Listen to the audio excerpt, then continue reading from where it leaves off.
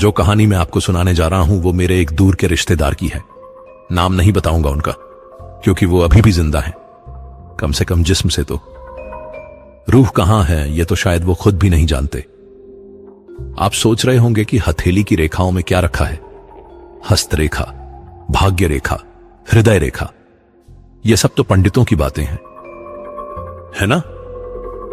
पर जरा सोचिए, अगर किसी दिन आपकी हथेली पर एक ऐसी रेखा उभर आए जो पहले थी ही नहीं, एक ऐसी काली ठंडी रेखा जो बिना छुए, बिना खरोंच के अचानक प्रकट हो जाए, तो क्या करेंगे आप?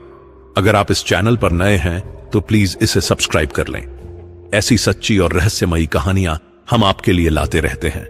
और हां, कहानी खत्म होने पर कमेंट में जरूर बताइएगा कि कैसी लगी और आप किस शहर से सुन रहे हैं।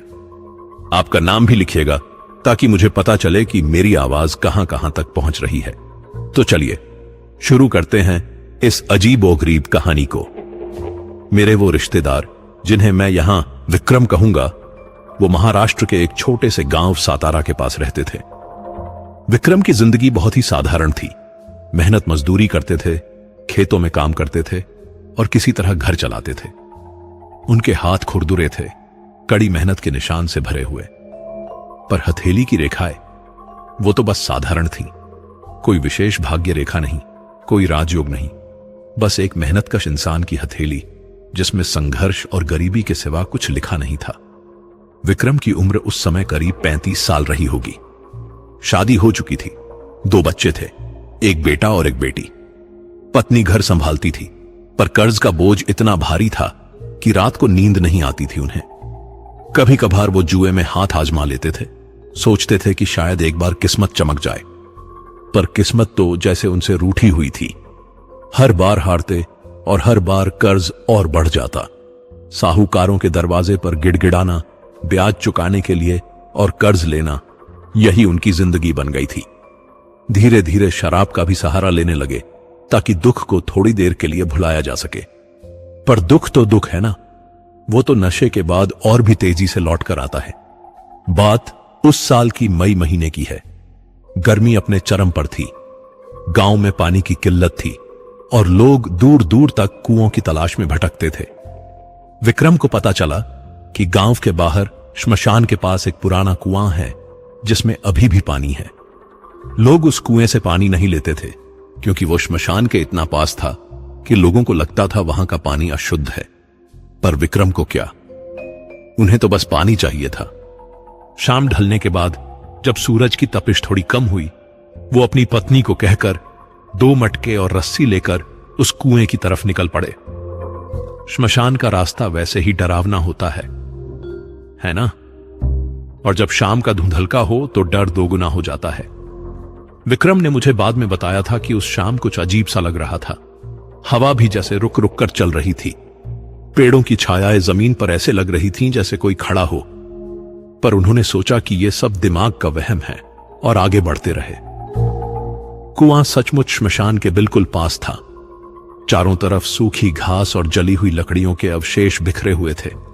कुएं की दीवार पर काई जमी हुई थी और ऊपर से देखने पर गहरा अंधेरा दिखता था। विक्रम ने रस्सी में बाल्टी बांधी और नीचे फेंकी।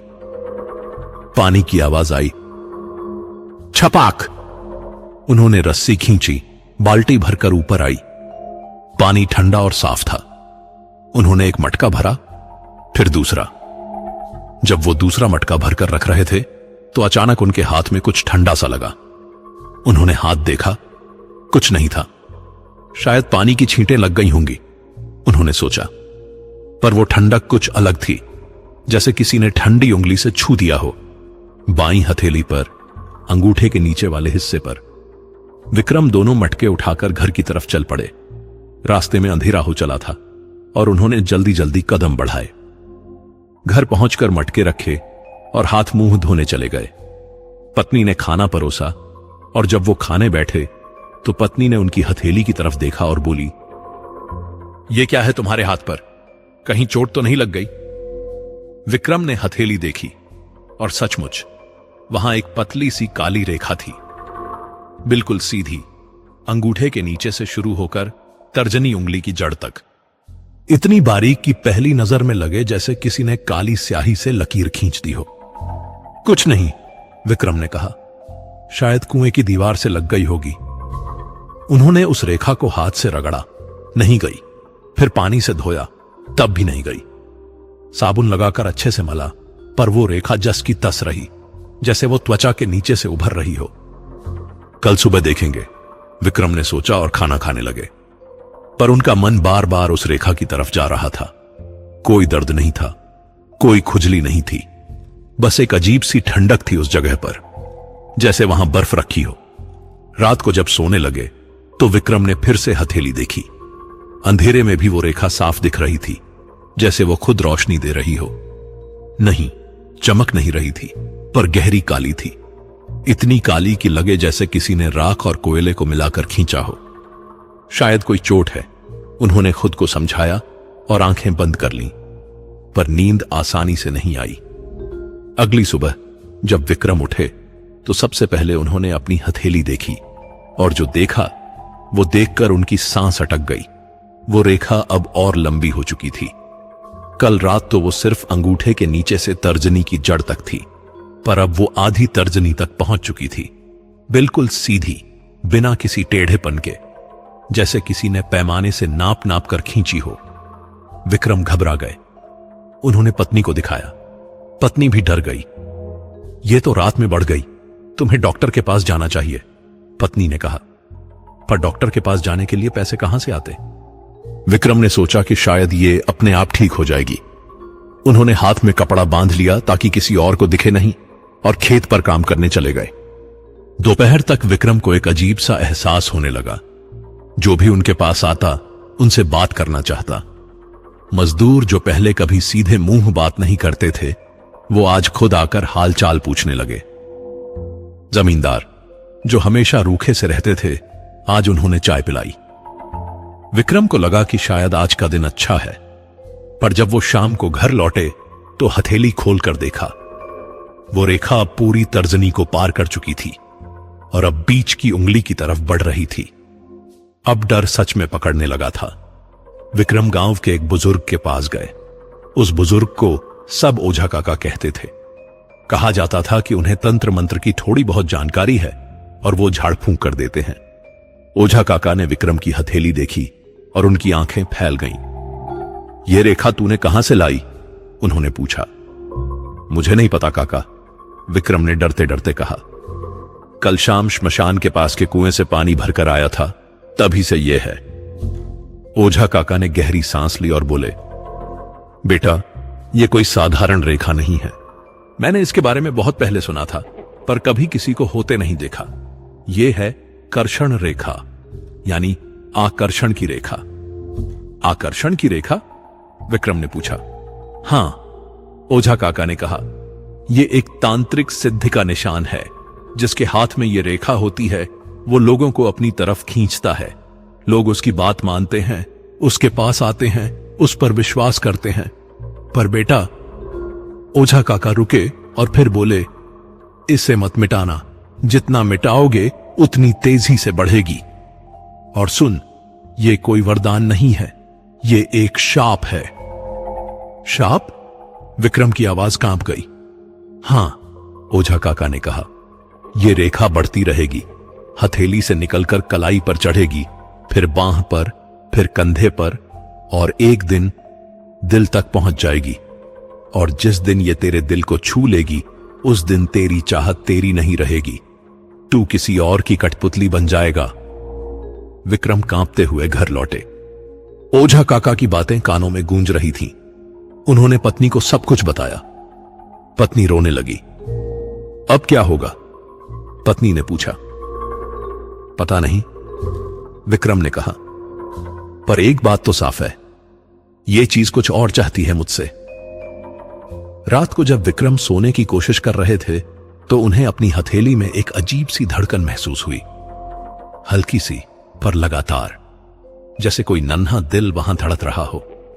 उन्होंने हथेली खोली और देखा, रेखा अब बीच की उंगली को भी पार कर चुकी थी। और तभी अचानक एक फुसफुसाहट सुनाई दी। पास आओ। विक्रम ने चारों तरफ देखा, कोई नहीं था। पत्नी और बच्चे गहरी नींद में सो रहे थे। पास आओ, मुझे देखो। ये आवाज कहां से आ रही थी? विक्रम की सांसें तेज हो गईं। उन्होंने कान लगाकर सुना। आवाज उनकी अपनी हथेली से आ रही थी। वो काली रेखा धीरे धीरे, बहुत ही धीरे धीरे आगे सरकती रही। 3 बजे विक्रम की नींद टूटी। पसीने से तरबतर थे। सपने में वही फुसफुसाहट सुनी थी। पास आओ, मुझे देखो। उन्होंने तुरंत अपनी बाईं हथेली देखी। दिल की धड़कन तेज हो गई। रेखा अब अनामिका यानी रिंग फिंगर तक पहुंच चुकी थी। रात में सोते समय तो वो बीच की उंगली पर थी। मतलब साफ था, ये चीज सोते वक्त और तेजी से बढ़ती थी। विक्रम उठकर बाहर आंगन में आ गए। रात का सन्नाटा था। आसमान में तारे टिमटिमा रहे थे। गांव में कुत्ते भौंक रहे थे, वो भी अजीब तरह से, जैसे किसी को चेतावनी दे रहे हों। उन्होंने हथेली को चांदनी में देखा। वो काली रेखा अब और गहरी लग रही थी। ऐसा लग रहा था जैसे किसी ने चमड़ी के नीचे एक पतला काला धागा डाल दिया हो। विक्रम ने हिम्मत करके उस जगह को उंगली से दबाया। कोई दर्द नहीं हुआ, बस वही ठंडक और अब एक हल्की सी झंझनाहट भी महसूस हो रही थी। क्या यह सच में मेरे साथ हो रहा है? विक्रम ने खुद से पूछा, पर जवाब तो उनकी हथेली पर साफ लिखा था।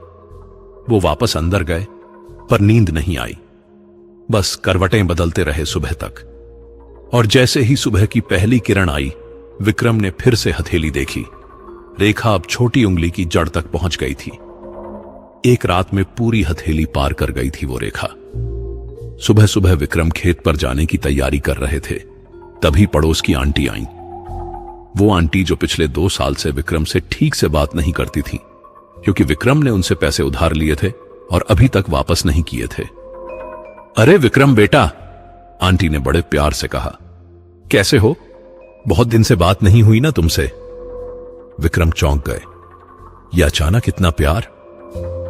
मैं ठीक हूं आंटी, विक्रम ने कहा। अरे बेटा, वो पैसों की बात है ना, छोड़ो, जब हो तब दे देना, कोई जल्दी नहीं है, आंटी ने मुस्कुराते हुए कहा। विक्रम को अपने कानों पर यकीन नहीं हुआ। वही आंटी जो रोज ताने मारती थी, आज इतनी नरम। खेत पर पहुंचे तो वहां का मंजर और भी अजीब था। मालिक, जो हमेशा सख्त रहते थे, आज खुद चाय लेकर आए। विक्रम, तुम मेहनती हो, मालिक ने कहा। आज से तुम्हारी मजदूरी 50 रुपए बढ़ा रहा हूं। विक्रम के मुंह से निकल गया, क्या? पर कोई परवर नहीं, मालिक ने हाथ हिलाया। तुम काबिल हो, तुम्हें और काम भी मिलेगा यहां। दोपहर तक तो हालत यह हो गई कि जो भी विक्रम के पास से गुजरता, उनसे बात करता, मुस्कुराता, पूछता कि क्या चाहिए। किसी ने पानी पिलाया, किसी ने खाना खिलाया। विक्रम परेशान हो गए। यह सब क्या हो रहा था? क्या यह सब उस रेखा की वजह से था? शाम को जब घर लौटे तो रास्ते में एक बूढ़ी औरत मिली। विक्रम को पहचानती भी नहीं थी वो, फिर भी बोली, बेटा, तुम्हारा चेहरा बड़ा अच्छा लग रहा है, भगवान तुम्हें हमेशा खुश रखे। अब तो विक्रम सच में डर गए। उन्होंने तेजी से कदम बढ़ाए और घर पहुंचे। पत्नी दरवाजे पर खड़ी थी। क्या हुआ, इतनी जल्दी आ गए? पत्नी ने पूछा। विक्रम ने कोई जवाब नहीं दिया, सीधे अंदर गए और हथेली देखी। रेखा अब पूरी हथेली पार करके कलाई की तरफ बढ़ने लगी थी। मुझे इसे रोकना होगा, विक्रम ने सोचा। उन्हें याद आया कि ओझा काका ने कहा था कि इसे मिटाने की कोशिश मत करना, पर अब चुप बैठे रहने से क्या होगा। रात को जब सब सो गए, विक्रम ने एक प्रयोग किया। उन्होंने रसोई से साबुन लाया और बहुत जोर से रगड़ा उस रेखा को। रेखा जस की तस रही। फिर उन्होंने राख लाई और उससे रगड़ा, कुछ नहीं हुआ। फिर उन्होंने एक ब्लेड उठाया और सोचा कि अगर ऊपर की खाल को थोड़ा सा खुरच दें तो शायद। पर जैसे ही ब्लेड की धार उस रेखा को छुई, विक्रम को एक तेज झटका लगा। ऐसा लगा जैसे बिजली का करंट लग गया हो। वो ब्लेड हाथ से छूट गया और जमीन पर गिरा। विक्रम का हाथ कांप रहा था। उन्होंने देखा, रेखा अब और गहरी हो गई थी और अब इसकी मोटाई भी थोड़ी बढ़ गई थी। नहीं नहीं, विक्रम बुदबुदाए। तभी फिर वो फुसफुसाहट सुनाई दी। क्यों मिटाना चाहते हो मुझे? मैं तो तुम्हारी मदद कर रही हूं। विक्रम की रूह कांप गई। ये आवाज किसकी थी? किसी औरत की या फिर किसी और चीज की? कौन हो तुम? विक्रम ने धीरे से पूछा। कोई जवाब नहीं आया, बस एक हल्की सी हंसी गूंजी, इतनी धीमी कि लगे जैसे हवा में घुल गई हो। अगली सुबह विक्रम बहुत थके हुए उठे। रात भर सोए नहीं थे। हथेली देखी, रेखा अब कलाई को पूरी तरह पार कर चुकी थी और अब बांह पर चढ़ने लगी थी। विक्रम की पत्नी ने नाश्ता बनाया था।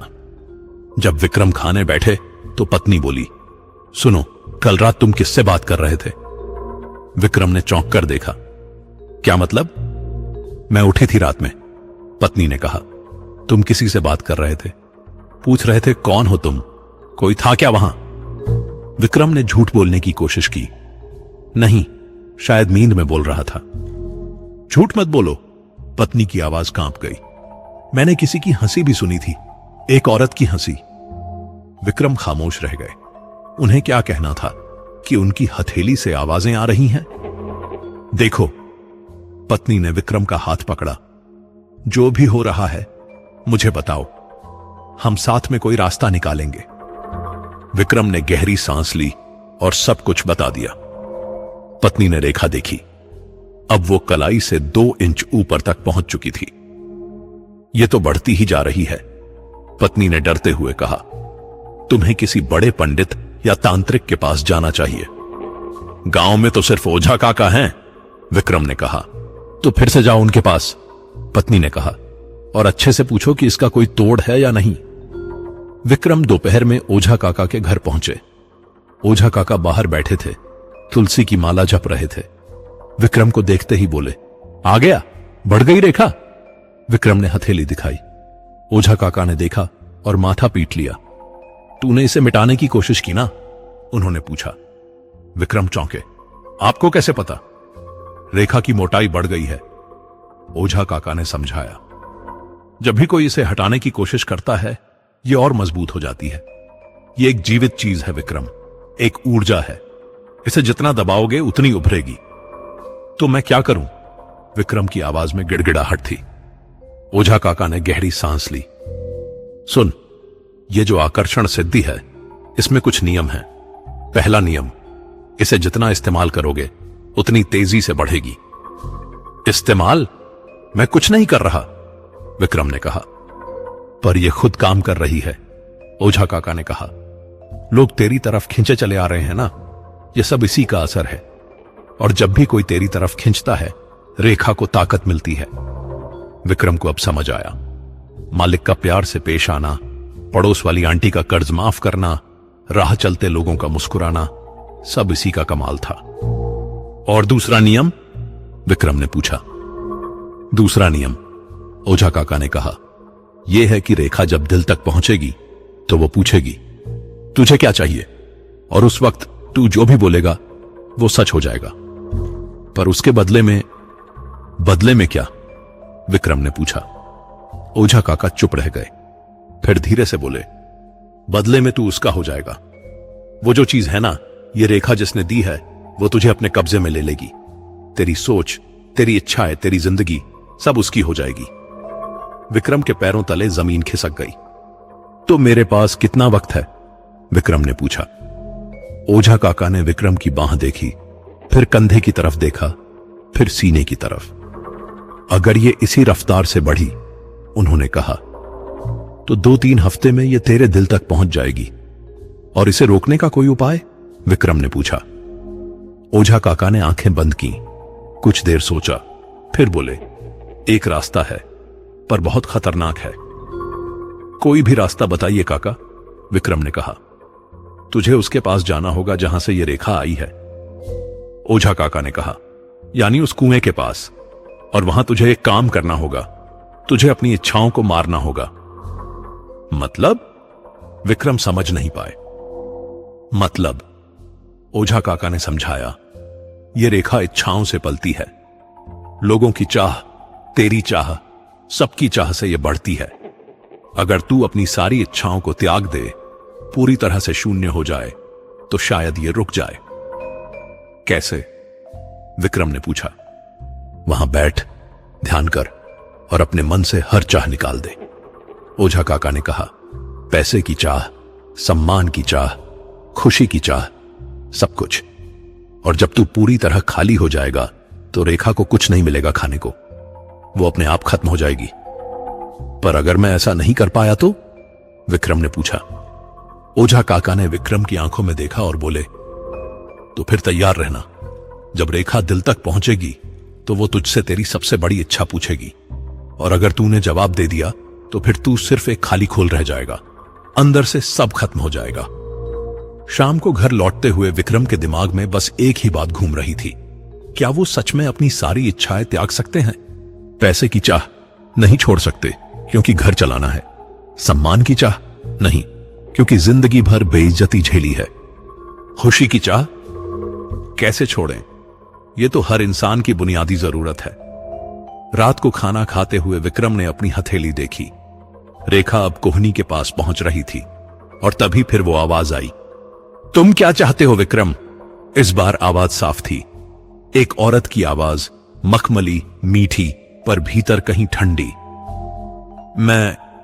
मैं कुछ नहीं चाहता, विक्रम ने डरते हुए कहा। हंसी गूंजी। झूठ, सब कुछ चाहते हैं, तुम भी चाहते हो। बोलो क्या चाहिए? पैसा, ताकत, सम्मान? नहीं, विक्रम ने जोर से कहा। ठीक है, आवाज ने कहा, फिर तुम्हारे पास वक्त है सोचने का, पर याद रखना, जब मैं तुम्हारे दिल तक पहुंचूंगी तो तुम्हें जवाब देना ही होगा। विक्रम की पत्नी ने उन्हें देखा। तुम किससे बात कर रहे हो? विक्रम ने कुछ नहीं कहा, बस अपनी हथेली को घूरते रहे, जहां वो काली रेखा अब एक जिंदा नस की तरह धड़क रही थी। विक्रम की आंख खुली तो देखा कि धूप पूरे कमरे में फैल चुकी थी। घड़ी में 10 बज रहे थे। इतनी देर से कभी नहीं सोए थे वो। पत्नी ने जगाया नहीं, शायद सोचा होगा कि थके हुए हैं, सोने दो। विक्रम ने हड़बड़ी में हथेली देखी। दिल की धड़कन तेज हो गई। रेखा अब कोहनी पार करके बांह के बीच तक पहुंच गई थी, और इस बार कुछ अलग था। रेखा के साथ साथ बांह की नसों में भी एक अजीब सी धड़कन महसूस हो रही थी, जैसे वो रेखा सिर्फ ऊपर नहीं बल्कि नसों के अंदर भी फैल रही हो। विक्रम ने हाथ हिलाया, धड़कन तेज हो गई। हाथ रोका, धड़कन धीमी हो गई। यह बात साफ थी कि अब यह रेखा सिर्फ एक निशान नहीं रही, यह उनके शरीर का हिस्सा बनती जा रही थी। तुम उठ गए? पत्नी दरवाजे पर आकर खड़ी हो गई। उसकी आंखों में चिंता साफ दिख रही थी। हां, विक्रम ने कहा, माफी, देर हो गई। कोई बात नहीं, पत्नी ने कहा, तुम कल रात बहुत बेचैन थे, पूरी रात करवटें बदलते रहे और कुछ बुदबुदा भी रहे थे। क्या बुदबुदा रहा था मैं? विक्रम ने पूछा। पत्नी हिचकिचाई, फिर बोली, तुम कह रहे थे, हां मैं चाहता हूं, मैं सब कुछ चाहता हूं, ऐसा कुछ। विक्रम के माथे पर पसीना आ गया। उन्हें कुछ याद नहीं था। क्या वो सपने में कह रहे थे या फिर उस आवाज ने कुछ पूछा था? मुझे कुछ याद नहीं, विक्रम ने कहा। पत्नी पास आकर बैठ गई। सुनो, तुम्हें सच में आज ही उस कुएं पर जाना चाहिए। ओझा काका ने जो बताया था वो करो, वरना यह चीज तुम्हें खा जाएगी। विक्रम ने सिर हिलाया। पत्नी सही कह रही थी। अब और देर करने का कोई मतलब नहीं था। नाश्ता करके विक्रम बाहर निकले। सोचा था कि सीधे उस कुएं की तरफ जाएंगे, पर पहले जरूरी सामान लेना था। एक लोटा, थोड़े फूल, अगरबत्ती। ओझा काका ने बताया था कि जगह को शुद्ध करना जरूरी है। बाजार पहुंचे तो फिर वही शुरू हो गया। जो भी दुकानदार मिला बड़े प्यार से पेश आया। अरे विक्रम भाई, आओ आओ, फूल वाले ने कहा। क्या चाहिए? थोड़े फूल दे दो, विक्रम ने कहा। लो भाई, ये ताजे गुलाब। फूल वाले ने एक बड़ा सा गुच्छा पकड़ा दिया। और पैसे मत दो, आज तुम्हारे लिए मुफ्त। नहीं नहीं, पैसे लो, विक्रम ने कहा। अरे भाई, तुम अच्छे इंसान हो, फूल वाले ने कहा। तुम्हारी शक्ल देखकर ही दिल खुश हो जाता है। बस रखो ये फूल। विक्रम परेशान हो गए। ये क्या हो रहा था? लोग इतने उदार क्यों बन रहे थे? अगली दुकान पर अगरबत्ती ली, वहां भी वही हाल। दुकानदार ने न सिर्फ अगरबत्ती मुफ्त दी, बल्कि साथ में कपूर और एक छोटा दिया भी दे दिया। भाई साहब, आपकी सेवा करके अच्छा लगा, दुकानदार ने कहा। तीसरी दुकान पर जब विक्रम पहुंचे तो वहां का आदमी तो उनके पैर छूने लगा। क्या कर रहे हो? विक्रम घबरा गए। साहब, पता नहीं क्यों, पर आप जैसे ही यहां आए मुझे लगा कि किसी महान इंसान से मिल रहा हूं। वो आदमी बोला, प्लीज मुझे आशीर्वाद दीजिए। विक्रम ने तुरंत हाथ खींचा और भागकर वहां से निकल गए। अब बर्दाश्त के बाहर हो रहा था यह सब। रास्ते में एक बच्ची मिली, छोटी सी, शायद 6-7 साल की। वो अपनी मां के साथ जा रही थी, पर जैसे ही विक्रम के पास से गुजरी रुक गई। उसने विक्रम की तरफ देखा और फिर अपनी मां से बोली, मां, इस अंकल के हाथ में कुछ काला है। विक्रम का दिल धक से रह गया। क्या बोल रही है तू? मां ने बच्ची को डांटा। सच में मां, बच्ची ने कहा, इनके हाथ पर एक काली लकीर है और वो हिल रही है। मां ने विक्रम से माफी मांगी और बच्ची को लेकर चली गई, पर विक्रम सन्न रह गए। बच्ची ने देख लिया। कैसे? उन्होंने तो पूरी बांह ढकी हुई थी। बच्चे झूठ नहीं बोलते हैं ना, और मासूम बच्चों को कई बार वो चीजें दिख जाती हैं जो बड़ों को नहीं दिखती। दोपहर ढलने लगी थी जब विक्रम उस रास्ते पर चल पड़े जो श्मशान की तरफ जाता था। सामान हाथ में था, फूल, अगरबत्ती, कपूर, लोटा और एक छोटी सी चटाई भी ले ली थी बैठने के लिए। जैसे जैसे विक्रम श्मशान के पास पहुंचे, हवा ठंडी होती गई। अजीब बात थी, बाहर इतनी गर्मी थी, पर यहां एक अजीब सी ठंडक थी, ऐसी ठंडक जो हड्डियों तक पहुंच जाए। कुआं दिखा। दिन की रोशनी में भी वो उतना ही डरावना लग रहा था। चारों तरफ सन्नाटा था। कोई चिड़िया नहीं, कोई जानवर नहीं, बस हवा की सरसराहट। विक्रम ने कुएं के पास चटाई बिछाई, फूल रखे, अगरबत्ती जलाई और बैठ गए। अब क्या करूं? विक्रम ने सोचा। ओझा काका ने कहा था, अपनी सारी इच्छाओं को त्याग दो, पर कैसे? विक्रम ने आंखें बंद की और सोचना शुरू किया। पैसों की इच्छा छोड़ो, पर कैसे छोड़ें? बच्चों की पढ़ाई, घर का खर्च, कर्ज का बोझ, सब कुछ तो पैसों से ही चलता है ना। नहीं, विक्रम ने खुद से कहा, मुझे छोड़ना होगा। उन्होंने गहरी सांस ली और फिर से कोशिश की। सम्मान की इच्छा छोड़ो, पर फिर वही सवाल। जिंदगी भर बेइज्जती झेली, लोगों ने ताने मारे, अब अगर थोड़ा सम्मान मिल रहा है तो क्या बुरा है? नहीं, विक्रम ने जोर से कहा, यह सब झूठ है, यह सम्मान असली नहीं है, यह उस रेखा का जादू है। उन्होंने फिर से आंखें बंद की।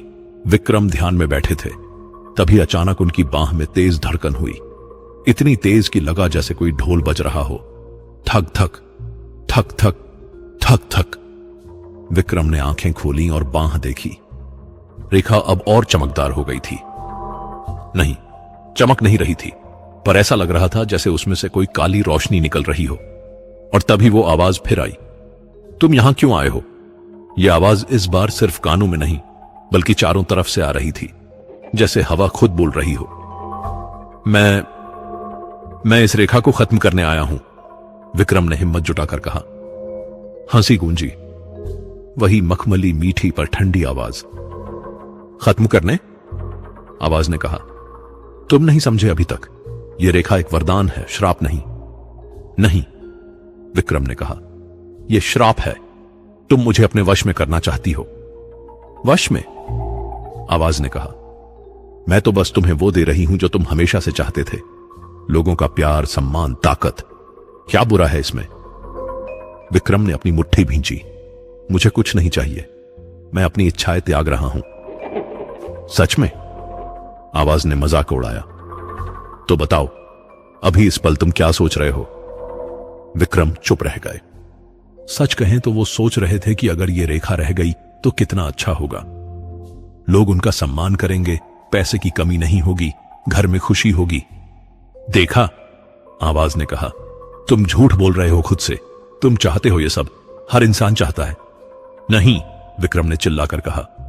ठीक है, आवाज ने कहा, तो फिर साबित करो, अपनी सबसे बड़ी इच्छा बताओ और फिर उसे त्याग दो। विक्रम ने गहरी सांस ली। उनकी सबसे बड़ी इच्छा क्या थी? वो सोचने लगे, पैसा नहीं, सम्मान नहीं, तो फिर क्या? और तभी उन्हें समझ आया, उनकी सबसे बड़ी इच्छा थी अपने परिवार को खुश देखना। पत्नी का चेहरा, बच्चों की हंसी, उनकी पढ़ाई, उनका भविष्य। मेरे परिवार की खुशी, विक्रम ने धीरे से कहा। आवाज हंसी, और क्या तुम इसे त्याग सकते हो? विक्रम के माथे पर पसीना आ गया।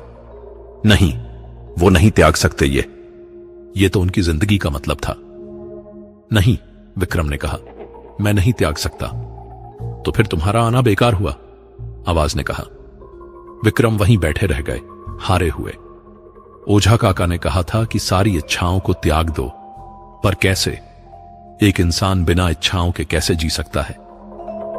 सुनो, आवाज ने फिर कहा, मैं तुम्हें एक सौदा देती हूं। विक्रम ने कान खड़े किए। तुम मुझे पूरी तरह अपने अंदर आने दो, आवाज ने कहा। जब मैं तुम्हारे दिल तक पहुंचूंगी तो तुम्हें एक मौका दूंगी, एक ही सवाल पूछूंगी, तुम क्या चाहते हो? और जो भी तुम बोलोगे वो सच हो जाएगा। और बदले में? विक्रम ने पूछा। बदले में, आवाज ने कहा, तुम मेरे रहोगे। तुम्हारा शरीर, तुम्हारा दिमाग, तुम्हारी आत्मा, सब कुछ। पर तुम्हारे परिवार को वो सब मिलेगा जो तुम चाहते हो। विक्रम को लगा जैसे जमीन उनके नीचे से खिसक गई। यह सौदा था, एक डरावना सौदा, अपनी जिंदगी देकर परिवार की खुशी खरीदना। सोच लो, आवाज ने कहा, अभी तुम्हारे पास वक्त है। जब मैं तुम्हारे दिल को छू लूंगी तब तुम्हें जवाब देना होगा। और फिर अचानक सब खत्म हो गया। आवाज बंद हो गई, हवा रुक गई। सिर्फ विक्रम बैठे रह गए, अपनी बांह की तरफ देखते हुए, जहां वो काली रेखा अब कंधे की तरफ बढ़ने लगी थी। शाम को जब विक्रम घर लौटे तो पत्नी दरवाजे पर खड़ी थी। उसने विक्रम का चेहरा देखा और समझ गई कि कुछ गड़बड़ है। क्या हुआ? पत्नी ने पूछा। विक्रम ने सब कुछ बता दिया, सौदे की बात, आवाज की बात, सब कुछ। पत्नी चुपचाप सुनती रही, फिर बोली, तुम्हें क्या लगता है, तुम्हें क्या करना चाहिए? मुझे नहीं पता, विक्रम ने कहा।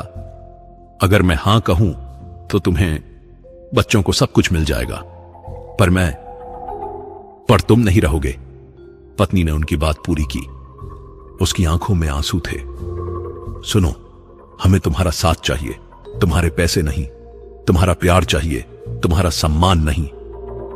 पर बच्चों का भविष्य, विक्रम ने कहा। भविष्य तो हम मिलकर बनाएंगे, पत्नी ने कहा। तुम हो तो सब कुछ है, तुम नहीं हुए तो सोने का महल भी बेकार है। विक्रम की आंखों में भी आंसू आ गए। पत्नी सही कह रही थी, पर क्या वो इस सौदे को ठुकरा सकते थे? उस रात विक्रम को फिर नींद नहीं आई। वो बस अपनी बांह को देखते रहे। रेखा अब कंधे तक पहुंच चुकी थी और हर धड़कन के साथ वो थोड़ी और आगे बढ़ रही थी। थक थक, 1 इंच आगे, थक थक, और 1 इंच, थक थक, सीधे दिल की तरफ। और विक्रम जानते थे कि बहुत जल्द वो सौदा पूरा होने वाला था। रात के 11 बजे थे। विक्रम बिस्तर पर लेटे हुए छत को घूर रहे थे। नींद कोसों दूर थी। पत्नी और बच्चे सो चुके थे। घर में सन्नाटा था। बस एक पंखे की आवाज और बाहर से आते कुत्तों के भौंकने की आवाज सुनाई दे रही थी। विक्रम ने अपनी बांह देखी। रेखा अब कंधे से आगे बढ़कर छाती की तरफ मुड़ने लगी थी। एक पतली काली लकीर जो अब गर्दन के पास पहुंचने वाली थी। और सबसे डरावनी बात, हर 5 मिनट में वो 1 सेंटीमीटर आगे बढ़ रही थी। विक्रम ने घड़ी देखी, 11:05 हो रहे थे। फिर 5 मिनट बाद देखा, रेखा थोड़ी और आगे बढ़ गई थी। 11, 10 और आगे, 11, 15, अब गर्दन के बिल्कुल पास।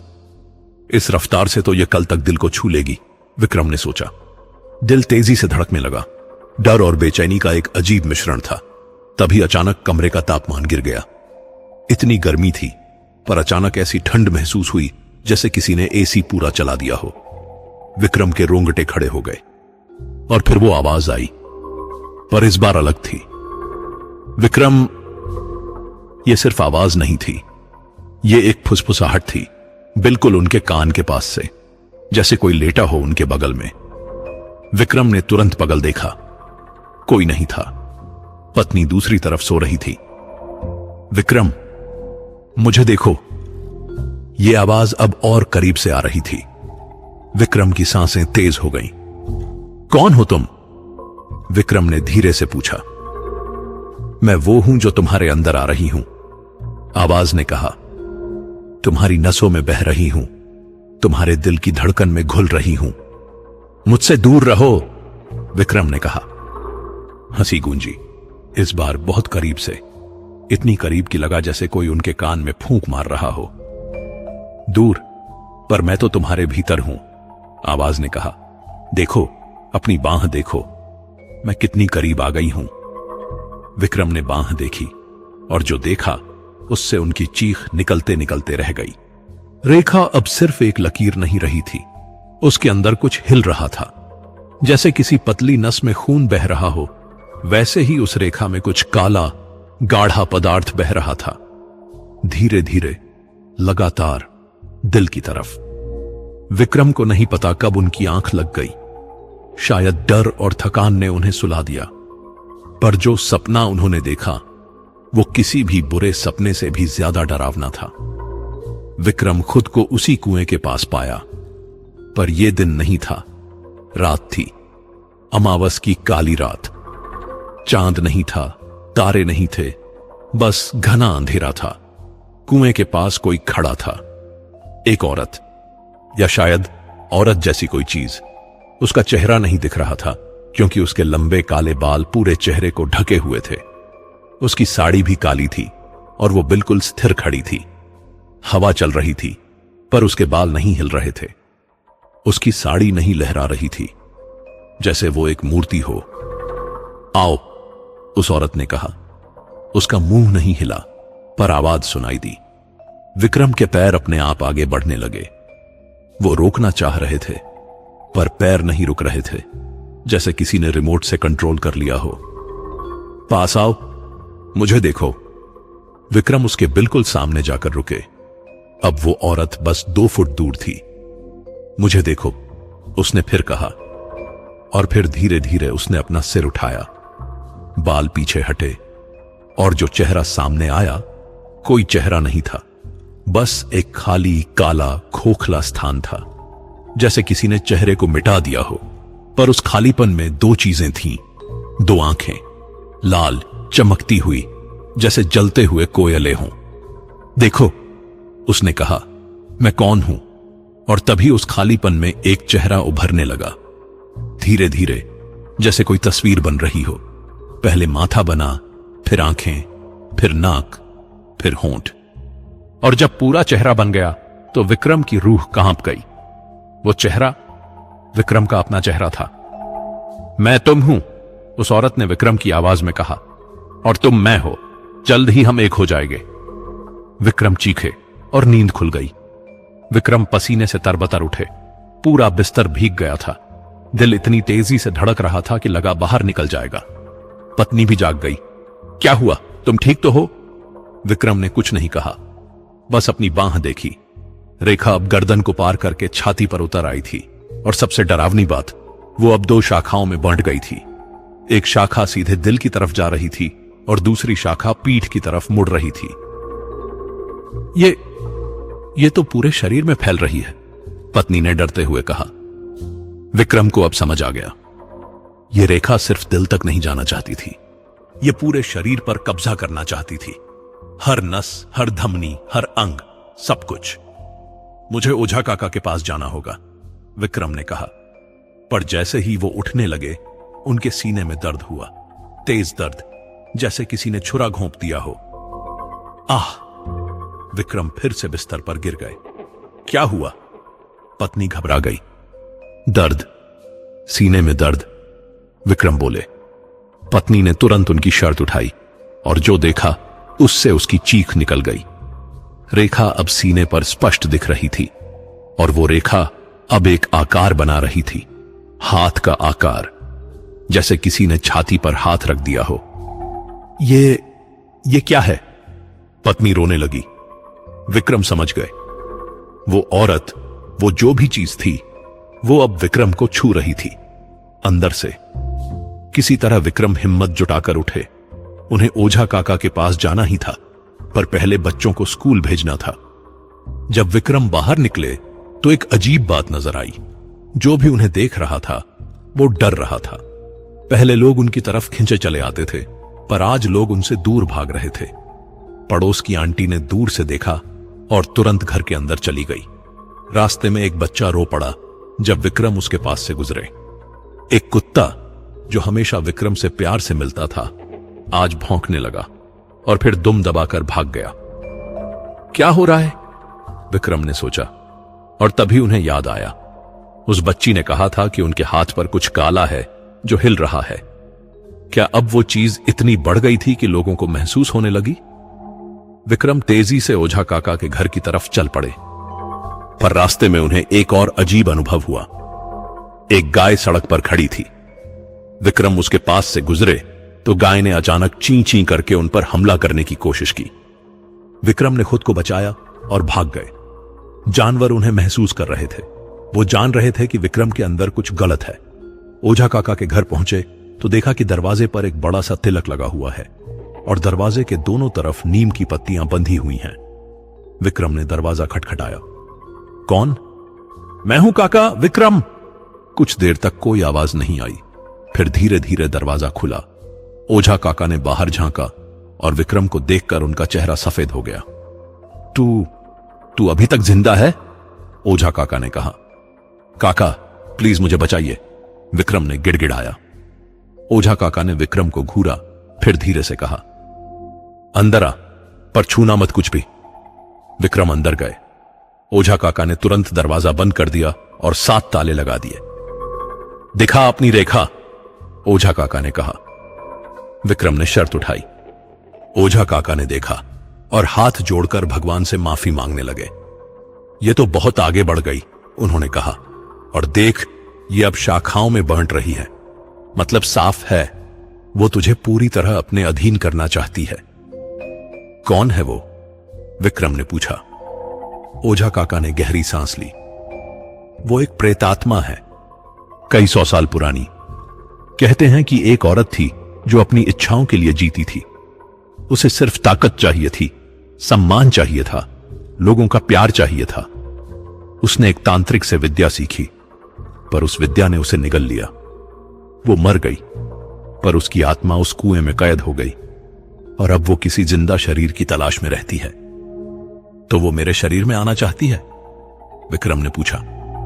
हां, ओझा काका ने कहा, और जब वो तेरे दिल तक पहुंच जाएगी तो तेरा शरीर उसका होगा।